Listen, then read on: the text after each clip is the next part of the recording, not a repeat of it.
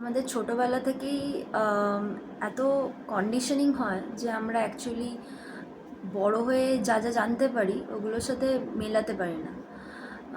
আমি যদি বলি এখন রিয়ালিটির কথা বা আপনাদের স্পিরিচুয়ালিটি বা সাইকোলজি, যাই হোক, তো ছোটোবেলা থেকে আমরা যা যা শিখে এসেছি বা যেরকমভাবে আমরা দেখে এসেছি, আমাদের যেরকমভাবে দেখানো হয়েছে, আর এখন আমি যা যা দেখতে পাচ্ছি অ্যান্ড যেভাবে যেভাবে দেখতে পাচ্ছি ওটা সম্পূর্ণই আলাদা।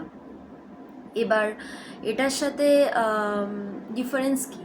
ডিফারেন্স এটাই যে যখন আমি এখন যেগুলো জানতে পাচ্ছি অ্যান্ড জেনে যে আগের যা যা জানাগুলো যখন আমি ডিফারেন্স খুঁজে পাচ্ছি, ওটা শুধু এমনি জানা বা এমনি কিছু চেঞ্জ হচ্ছে না, আমার সব কিছুই চেঞ্জ হচ্ছে।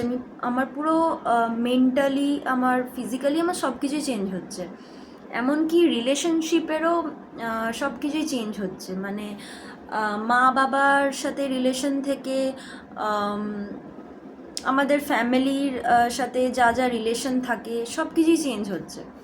তো এবার কথাটা এখানে এটাই যে যখন আমরা জানতে পারি, তো তখন আমরা ওইভাবেই, যখন আমরা অ্যাকচুয়াল রিয়ালিটিকে জানতে পারি, তখন নিশ্চয়ই আমরা ওইভাবেই হাঁটবো, ওইভাবেই এগোবো, যাতে আমরা ট্রুথের রাস্তায় থাকতে পারি বা ন্যাচারালি যে সিচুয়েশান যেরকম যখন আসবে ওরকমই যাতে আমরা থাকতে পারি।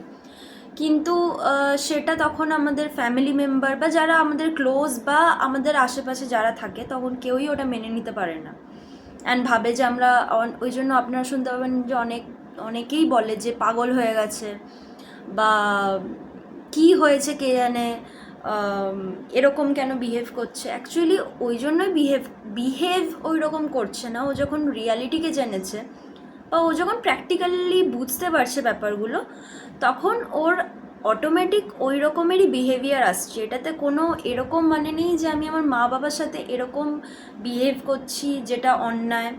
অ্যান্ড এখানে ধর্ম, অন্যায়, এরকমও অনেক কিছু যেগুলো আমরা জেনে এসছি, সেইগুলোর মধ্যেও অনেক ডিফারেন্স আছে। তো সেইগুলো যখন প্র্যাকটিক্যালি যখন আমরা অ্যাপ্লাই করতে যাই, তখন সেখান থেকে আমাদের অনেকই বাধা আসে। তো